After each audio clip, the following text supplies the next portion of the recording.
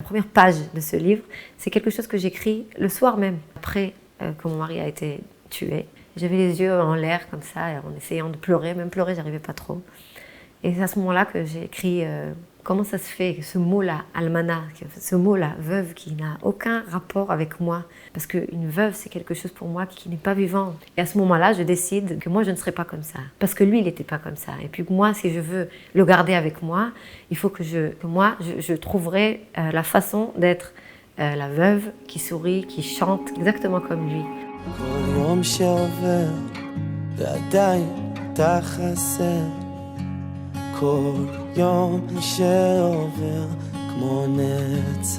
Yael Shevar, on est vraiment très touchés d'être chez vous aujourd'hui. Nous sommes le Yom HaZikaron, c'est le jour du souvenir, pour tous ceux qui sont tombés pendant les guerres d'Israël, mais aussi pour tous ceux qui ont été victimes du terrorisme. On est là pour parler de l'histoire un peu de votre mari, le Rav Raziel Shevar, voilà, qui est tombé sous les balles d'un terroriste le 9 janvier 2018.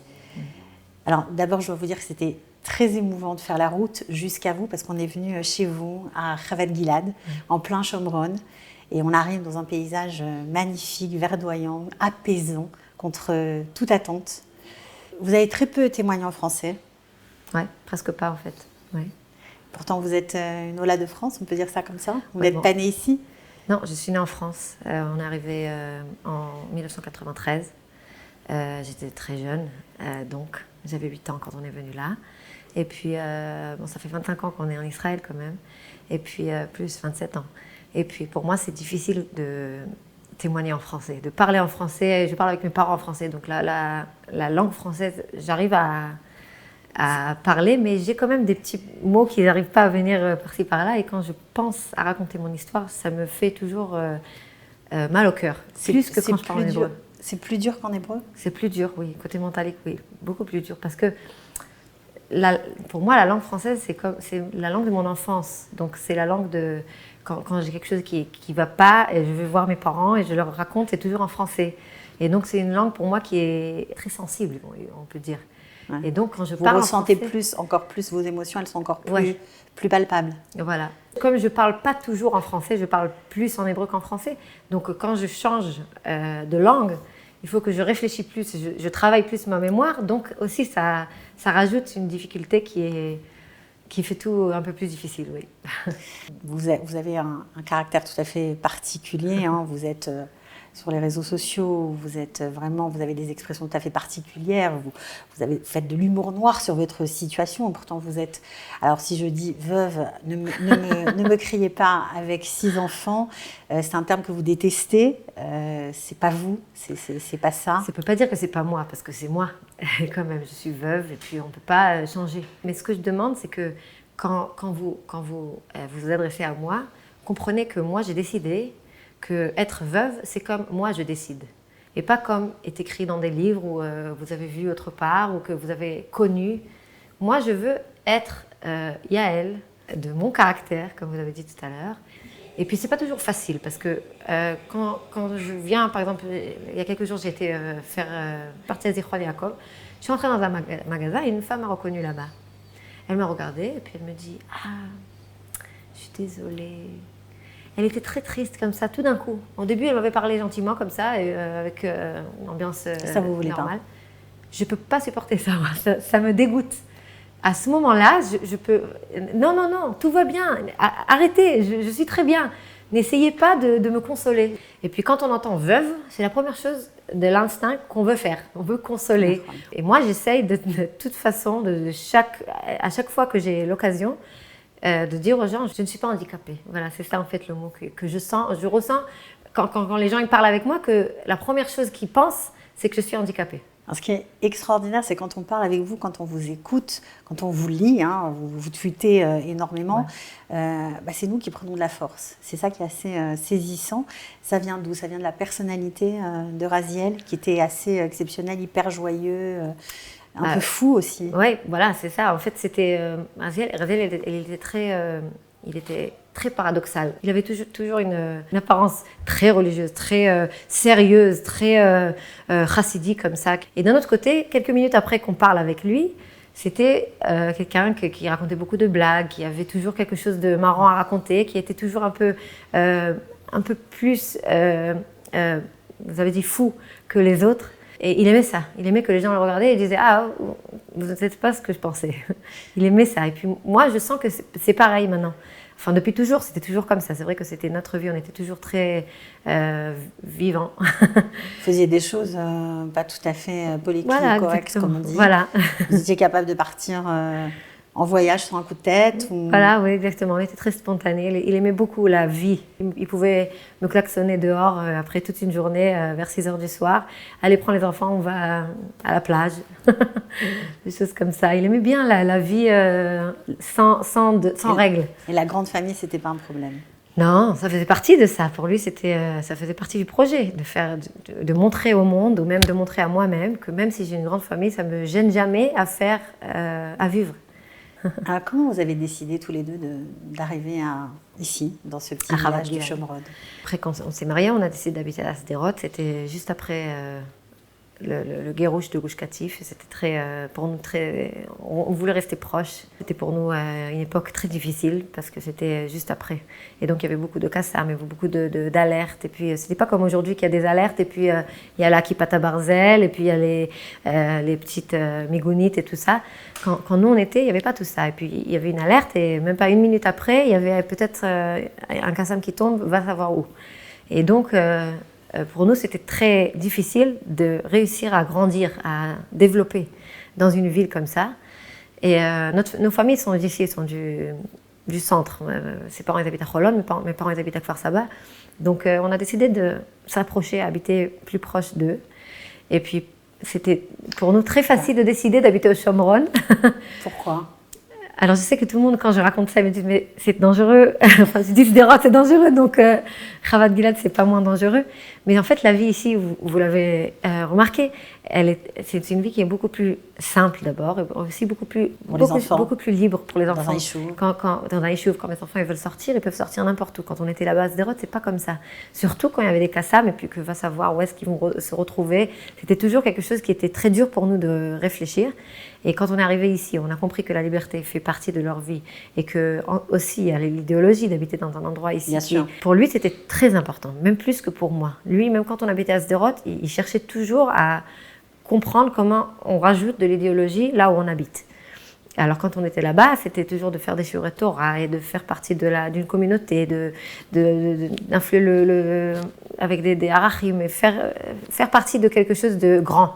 Mais quand on a décidé de venir ici, pour lui c'était enfin je fais quelque chose d'important. C'était très important pour lui d'habiter dans un endroit que lui pourra influer sa Torah et enseigner aux enfants et même aux adultes. Et c'est pour ça que quand on est arrivé là, quand on est venu ici, ça fait 10 ans, ça fait 11 ans qu'on est là, à peu près, on n'était que 25 familles. On est arrivé ici, on était la 26e famille. Et puis c'était un yishuv vraiment très très petit. Même maintenant, on est 65 familles, mais et puis un yishuv pas légal. Non légal. Bon, 25 familles qui habitent. C'est pas comme 25 familles, c'est à peu près un immeuble. Mais ici, à Chavat Gilad, on est très dispersés l'un de l'autre. Ça fait partie de l'idéologie de l'endroit. La terre là où on habite, elle fait partie à un juif qui a acheté cette terre qui s'appelle Moshe Zar.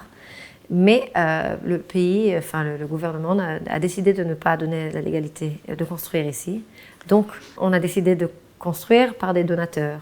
Et chacun met son argent, chacun construit comme il veut. Et en fait, en espérant qu'un jour, le pays... Il espérait votre mari? Oui, il a même écrit... Raziel, il a même écrit un livre légal un jour. C'est comme une prophétie pour lui.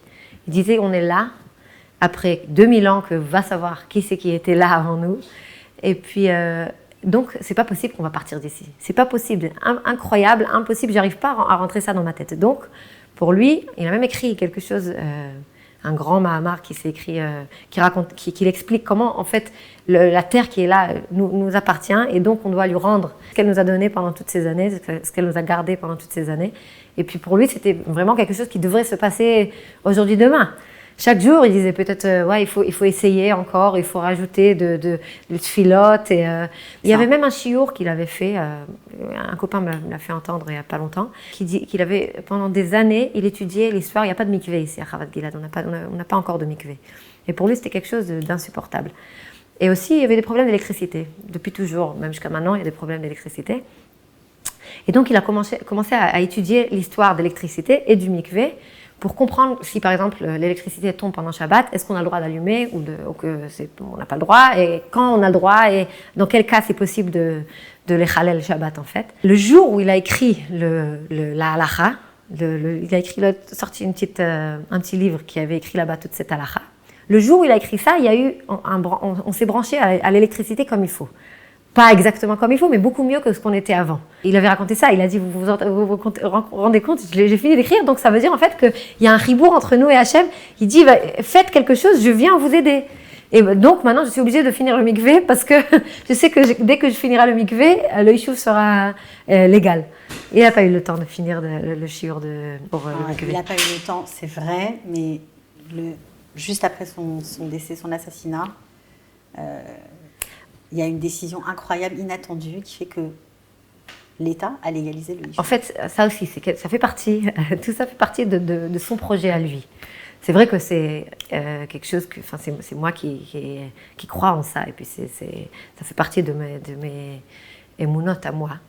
Mais en fait, quand on a décidé d'enterrer Raziel ici, à Chavat Gilad, on a décidé de l'enterrer ici en sachant que c'est pas évident, surtout, ni de faire l'enterrement, et ni de réfléchir au futur, qu'est-ce qui va se passer si un jour Chavat Gilad ne sera plus là. Est-ce que tu comprends que ça veut dire qu'il va falloir le ressortir et l'enterrer autre part? C'est prendre une grande responsabilité. Mais lui, quelques Shabbats avant, à Shabbat Parashat Raye Sarah, en fait, il a raconté sur Avraham Avinu qui achète Merat Marpella et qui décide d'enterrer sa femme là-bas. Et aussi, il dit que en fait, Avraham Avinu, il était très intelligent, il était aussi un peu prophète, il était très prophète en fait, et il savait que Hebron serait pour toujours un endroit où on se dispute pour elle. Chaque fois, il y aura quelqu'un qui voudra nous la prendre, et puis ce qui nous gardera assez sûr de nous que Hebron nous appartient, c'est Merat Marpella en fait, là où il y a le tombeau de nos ancêtres. Et il a fini en disant, ça veut dire que si on veut qu'un yishuv devient quelque chose que les gens, que notre peuple veut rester en contact avec lui, il faut qu'on enterre nos ancêtres. Je suis sûre qu'il ne parlait pas de lui, bien sûr. Bien sûr, mais pour nous, c'était comme un chemin à suivre. Et puis alors, pendant tous les jours de la Shiva, il y avait toujours des politiciens qui viennent pour parler, pour dire, pour vous consoler. Pour nous consoler et pour faire partie de la mission. Et donc, à chaque fois, on leur avait dit, voilà, il faut que Chavat Gilad soit légal, vous êtes obligés de nous faire... c'est la seule chose qu'on leur a dit. À chaque fois qu'ils venaient, on les avait attaqués de tous les côtés. Il est mort là, on l'a enterré là, donc ça veut dire qu'il faut que ce soit légal, c'est à vous de le faire, c'est à vous de le faire, c'est à vous de le faire. Et on a fait beaucoup de pression. Et Baruch Hashem, 3 semaines après, le gouvernement décide de donner la légalité à Chavat Gilad. Ça vous a aidé à dépasser la colère, ou en tout cas à mieux la supporter? Oui, oui. Je suppose qu'à nous tous, parce que dans la Gemara, c'est écrit, une des nichumim, une des consoles qu'on donne aux Avelim, on leur dit « Bebinyan haaretz tenuchamu ». Ça veut dire en construction Israël, vous vous consolez. Et puis à chaque fois que quelqu'un venait et nous disait ça, alors on leur répétait, construisez. Allez-y, on vous donne la permission de construire, ça nous console bien sûr. Et c'est vrai que c'était incroyable, pendant toute la Shiva, on entendait toujours des tracteurs qui travaillent, parce que entre-temps, ici, Chavat Gilad a continué à construire à cause de l'attentat. L'attentat leur a donné une ambition de travailler pour Chavat Gilad encore plus. Et puis, voilà, bien sûr que ça console. C'est vrai que ça ne nous le rend pas, mais ça console, oui. Alors, comment on gère justement parce que vous êtes tous sourire, vous donnez, je l'ai dit au début, beaucoup de force aux gens qui viennent vous voir. Vous avez été projetés dans la vie parce que vous avez 6 enfants, vos enfants étaient tout petits. Comment on fait au quotidien? Comment on se dépasse? On met un X sur son cœur? D'abord, on n'essaye pas. C'est surtout ça qu'il faut comprendre sur les gens qui perdent quelqu'un de proche. Il y a toujours ceux de côté qui disent ouais, que ça va être trop dur, comment elle va faire, comment ils vont se débrouiller, il faut les aider, il faut qu'elle s'en sorte, il faut qu'elle s'en sorte, il faut qu'elle s'en sorte. Toujours, ça c'est une phrase que je ne peux pas la supporter. Parce qu'on s'en sort jamais en fait. On s'en sort pas. Et je ne peux pas l'oublier. Je ne peux pas oublier ce qui s'est passé. Je ne veux surtout pas l'oublier. Et je ne veux pas que mes enfants oublient qu'ils avaient un père et qui n'est plus là, et qui n'est plus là à cause de l'attentat. Je pense que c'est très important que ça reste dans la mémoire et que ça continue à... On n'a pas le choix, mais que ça continue à nous faire mal, en fait. Ça fait partie de nous. C'est comme une cicatrice qui est toujours là, et qui fait toujours mal, et qui s'ouvre parfois, et qui se referme.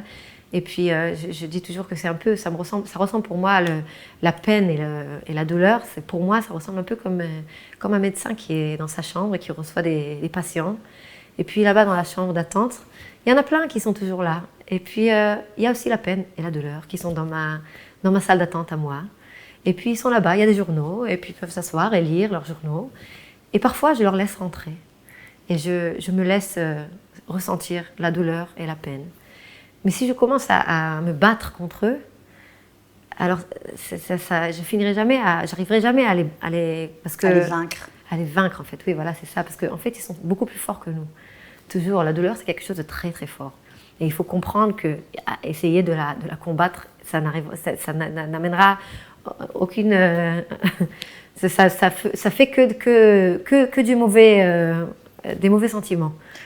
Vous avez parlé de Sderot, de la situation sécuritaire qui était très difficile à supporter pour vous. Je crois que vous étiez enceinte en plus à l'époque. Oui, j'étais enceinte, oui.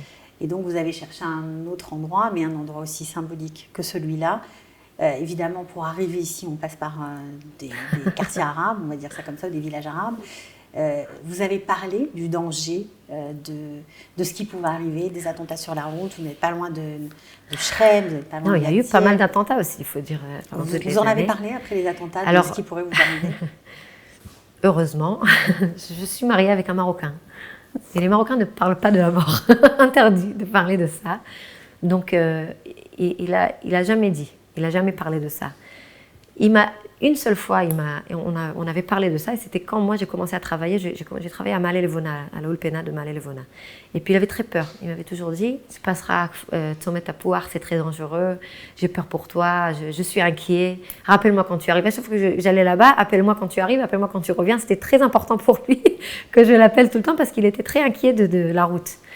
Mais c'est tout. En fait, lui, il faisait ses routes tout le temps. Il était Moël. Donc, il avait des Brit Mila n'importe où. Et il allait n'importe où. Je ne l'ai jamais entendu parler il y a eu des cas de pierres qui ont été jetées sur sa voiture ou quoi que ce soit. Mais je ne me rappelle pas qu'il en parlait. Il n'a jamais dit quelque chose sur si ça nous arrive. Non. C'est trop improbable. Improbable, oui. Ça a été dur d'accepter, de se dire, oui, c'est mon histoire aujourd'hui. Il n'est plus là. C'est jusqu'à maintenant, je me demande, parfois je me lève le matin et je me dis, est-ce que c'est vrai que c'est mon histoire? C'est pas quelque chose qu'on réussit à comprendre, à savoir en fait. Je le sais rationnellement, mais en fait dans les sentiments, j'arrive pas à le comprendre. Et même à ce moment-là, je comprenais pas du tout qu'est-ce qui m'arrive. Je l'ai même écrit dans le livre. La première chose que j'écris là-bas dans le livre, c'est que je... Vous avez écrit un livre, on ne l'a pas dit, mais vous avez... j'ai écrit un livre. Je viens d'écrire un livre en hébreu. Bezrat Hashem, j'espère le traduire un jour. Et la première chose la première page de ce livre, c'est quelque chose que j'écris le soir même, après que mon mari a été tué. Et que je suis rentrée chez mes parents après l'hôpital. J'ai raconté à mes enfants. Et après qu'ils sont partis dormir, je suis rentrée dans la chambre à 2h du matin, couchée. J'avais les yeux en l'air comme ça, en essayant de pleurer. Même pleurer, j'arrivais pas trop. Et c'est à ce moment-là que j'ai écrit une petite chanson. On peut dire que c'est une petite chanson en fait. Que là-bas, j'écris tout. Comment ça se fait que ce mot-là, almana, ce mot-là, veuve, qui n'a aucun rapport avec moi. J'arrive pas à comprendre comment il se lie à moi. Parce qu'une veuve, c'est quelque chose pour moi qui n'est pas vivant, qui est très, très gris, très triste. Même yatom, pareil, orphelin, c'est quelque chose de douloureux, trop douloureux. J'arrive pas à le supporter comme quelque chose qui m'appartient, parce que ça ne m'appartient pas du tout. Et à ce moment-là, je décide dans la chanson que moi, je ne serai pas comme ça. Et que c'est vrai que les veuves que je connais ou que j'ai entendues, elles sont comme ça, mais moi, non. Parce que lui, il n'était pas comme ça. Et puis moi, si je veux le garder avec moi, il faut que je lui promesse, ou que je me promesse à moi, que moi, je ne serai pas comme ça. Que moi, je trouverai la façon d'être la veuve qui sourit, qui chante exactement comme lui. Il était spécialement joyeux. Voilà, il était toujours souriant, il était très joyeux. Il avait toujours une chanson dans la bouche, il dansait avec nous. Il rentrait à la maison, il dansait pendant des heures avec les enfants. Il avait toujours des blagues à raconter, même quand il racontait de la Torah, quand il enseignait la Torah, il rajoutait toujours des blagues par-ci par-là. C'était très important pour lui parce que ça faisait partie de sa vie. C'était pour lui très nature. Qu'est-ce qu'il dirait aujourd'hui de vous voir comme ça sur les réseaux sociaux, de raconter, vous racontez beaucoup de choses très intimes de votre vie commune, de votre vie de couple, que vous mettez en scène et on comprend que ça vous aide à survivre, enfin, à vivre tout simplement. Qu'est-ce qu'il dirait? Parce que c'est une femme religieuse, on n'imagine pas ça, quoi. En général, on est assez pudique sur ce genre de sujet. Je pense peut-être qu'il ne serait pas très, très content. C'est le Marocain qui parlerait. Ouais, peut-être un peu jaloux, peut-être un peu...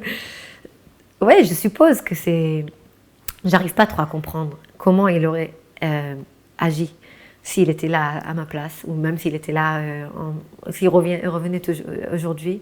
Je l'ai même écrit dans le Twitter, sur quand on rentre dans ma page de Twitter, la première chose qu'il y a écrit là-bas, c'est « Faites-moi plaisir, s'il revient, rappelez-moi d'effacer ce Twitter, ce user, parce qu'il ne va pas aimer du tout ce qu'il y a écrit là-bas. » Mais ce n'est pas du côté méchant, j'écris rien de méchant sur lui, c'est surtout que Mehmet, c'est très intime.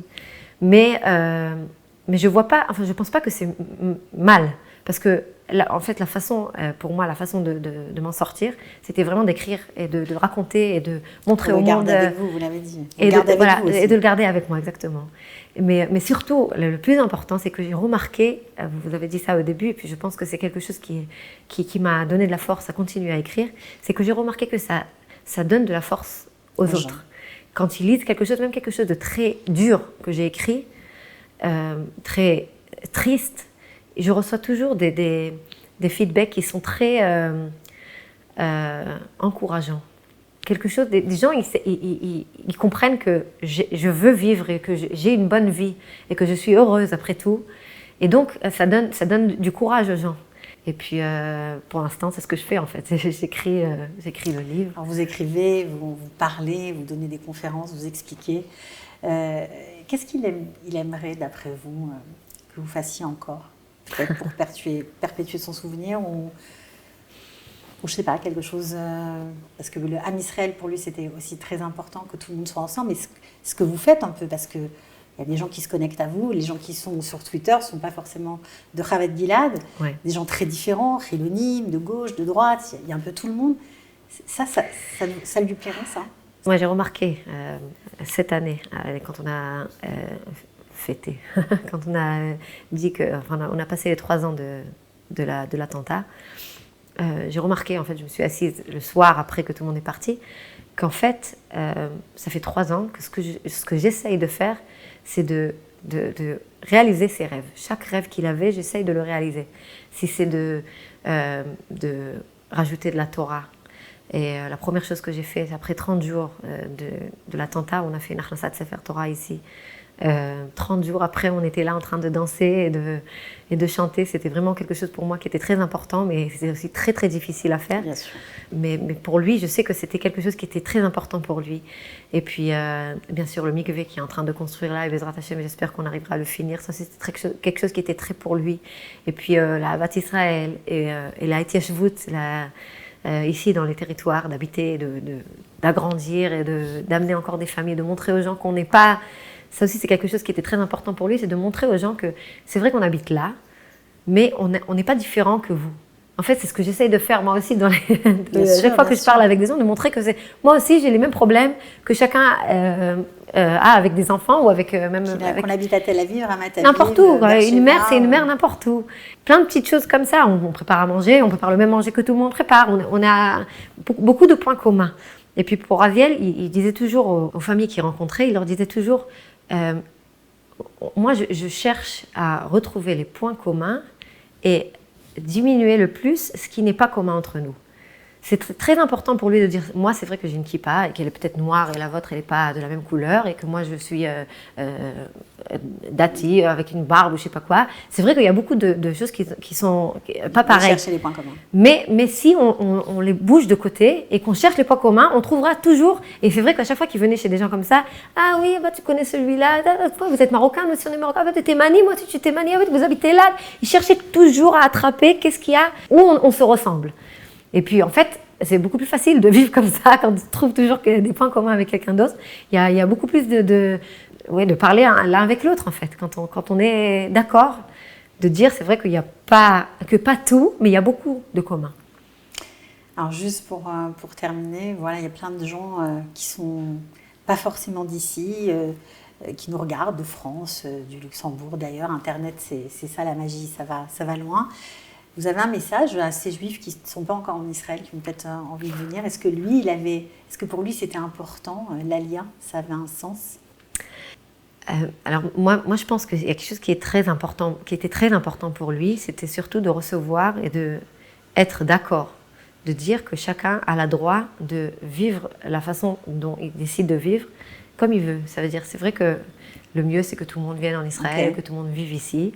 Mais on a de la famille, nous, en France. Et il était très copain avec eux. Enfin, je pense qu'il les aimait beaucoup. Il respectait beaucoup les choix des gens. Et je pense que ça aussi, c'est quelque chose qu'il faut comprendre. Que c'est des trucs, et ça prend du temps. Et puis, léat. On sait qu'à la fin, tout le monde va comprendre que c'est vrai que c'est le mieux ici. Mais ce n'est pas quelque chose qu'il faut presser les gens. Venez tout de suite, c'est très important. Il faut que ce soit avec le cœur. Je pense que Raziel aimerait beaucoup qu'on dise aux gens, c'est que n'importe où il y a des juifs, Hachem il vous aime. C'est pas quelque chose que vous faites ou que vous ne faisiez pas. Vous êtes juif, donc voilà, vous faites partie de cette communauté juive et c'est tout. C'est tout. Alors, ces derniers mots étaient pour vous. Vous lui avez parlé juste avant Je l'ai appelé au téléphone le soir même, en fait, quand il a été blessé. Quelques moments après qu'il a été fusillé, en fait. Et puis oui, il me répond au téléphone en me disant « je t'aime ». C'est la première chose qu'il m'a dit. Et après, il m'a raconté, j'ai été fusillée, j'ai eu un attentat, je suis blessée. C'est ça. Et moi, pour moi, c'est comme les 3 derniers mots que j'ai entendus de mon mari, c'est « je t'aime ». Ani ohev otar. Yom HaZikaron le Chalalei Ma'arachot Israël.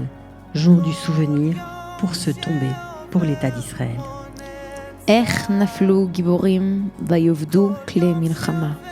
Comme ils sont tombés ces vaillants et perdus ces armes de guerre.